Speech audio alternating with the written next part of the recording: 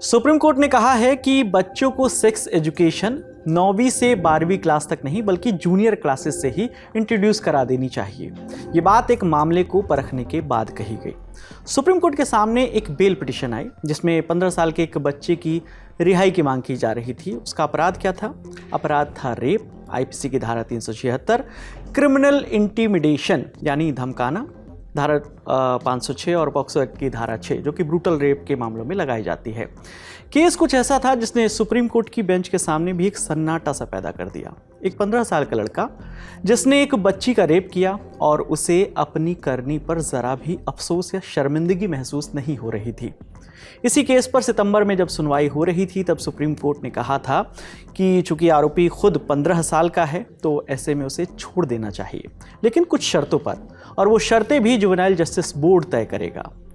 अब चूंकि ये मामला उत्तर प्रदेश का था तो सुप्रीम कोर्ट ने उसी वक्त उत्तर प्रदेश सरकार से भी एक एफिडेविट मांगा और कहा कि ये बताया जाए कि राज्य के हाई स्कूलों में सेक्स एजुकेशन किस तरह पढ़ाया जाता है। अदालत के आदेश के बाद उत्तर प्रदेश सरकार ने एक रिपोर्ट दी जिसमें बताया कि 9वीं से 12वीं तक के स्कूलों में सेक्स एजुकेशन पढ़ाया जाता है। ये भी कहा कि ये कोर्स NCERT यानी national council of educational research and training के निर्देशों के अनुसार ही तय किया गया है।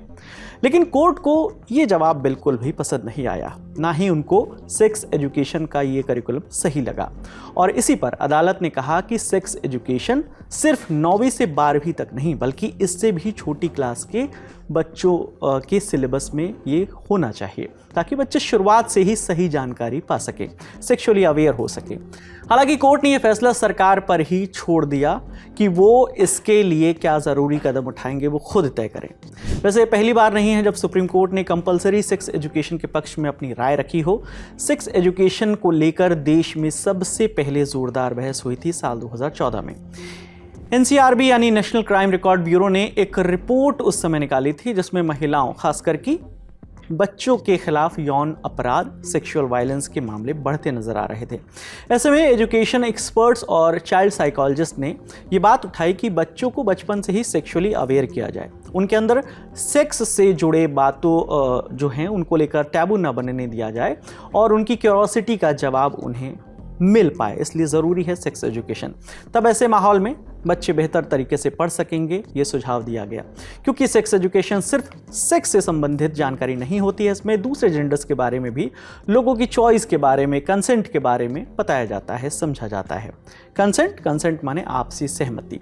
सेक्स एजुकेशन में बच्चों को ना का मतलब ना यानी नो मीन्स नो भी सिखाया जाता है। लेकिन सबसे पहले साल 2007 में खुद ministry of human development and resource ने ये सुझाया था कि सेक्स एजुकेशन को स्कूल के करिकुलम में जोड़ा जाना चाहिए और इसी के ठीक बाद साल 2007 से ही NCERT यानी national council of educational research and training ने AAP इंट्रोड्यूस किया। AAP क्या होता है? एडोलेसेंस एजुकेशन प्रोग्राम, जिसके तहत सेक्स एजुकेशन को स्कूल करिकुलम में लाने की बात शुरू हो गई थी। इसी के साथ शुरू हुआ बवाल, भारतीय संस्कृति बनाम सेक्स एजुकेशन वाली जंग। कई राज्यों ने जैसे गुजरात, महाराष्ट्र, राजस्थान, केरला और मध्य प्रदेश ने अपने अपने स्टेट के करिकुलम में सेक्स एजुकेशन को जोड़ने से इनकार कर दिया था। उनका साफ तौर पर यह कहना था कि इस तरह की पढ़ाई भारत के कल्चर पर धब्बा है, लेकिन बहुत से राज्यों ने इसे स्वीकृति भी दी। सेक्स एजुकेशन की ज़रूरत को माना गया और कई शिक्षाविदों ने यह माना कि इसे लागू किया जाना चाहिए। तभी साल 2014 में भारत के तत्कालीन स्वास्थ्य मंत्री हर्षवर्धन ने इसके खिलाफ मोर्चा खोला। उनका मानना था कि सेक्स एजुकेशन भारतीय संस्कृति के खिलाफ है। उन्होंने योग एक अल्टरनेटिव के तौर पर दिया और कहा कि योग से ही मन और मस्तिष्क साफ रह सकता है।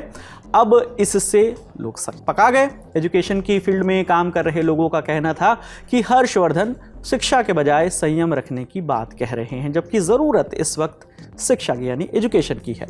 आलोचनाओं के बाद हर्षवर्धन ने ट्विटर पर लिखा, सेक्स एजुकेशन के खिलाफ नहीं, बस हम वल्गैरिटी के खिलाफ है। बहरहाल कई वर्षों तक भारत में सेक्स एजुकेशन नहीं पढ़ाया गया, लेकिन साल 2018 में एजुकेशन पॉलिसी में बदलाव हुए और सेक्स एजुकेशन को बच्चों की पढ़ाई वाले करिकुलम में जोड़ा गया। इसमें बच्चों को खेल खेल में और एक्टिविटीज़ के ज़रिए एजुकेट किया जाता है।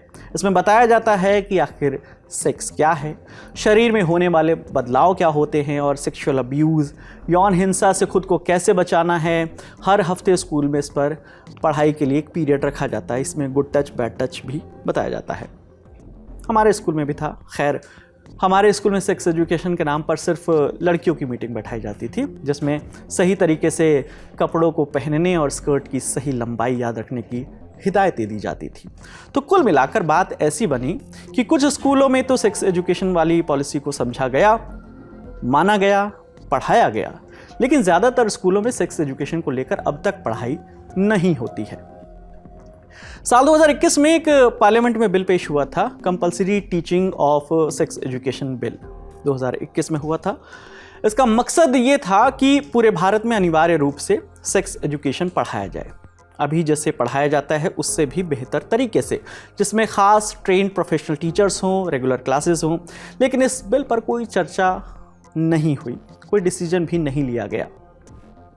साल 2024 में तत्कालीन chief justice of India DY Chandrachud ने एक ब्रूटल रेप केस को जज करते वक्त कहा था कि हमारे समाज में बहुत लोग, जैसे माता पिता और टीचर्स, सोचते हैं कि सेक्स पर बात करना गलत या शर्म की बात है। इस सोच की वजह से लोग खुलकर बात नहीं करते और बच्चों को सही जानकारी इस वजह से नहीं मिल पाती है। जब समझ नहीं होती है तो कई बार वही बातें आगे चलकर एक खौफनाक अपराध बन जाती है।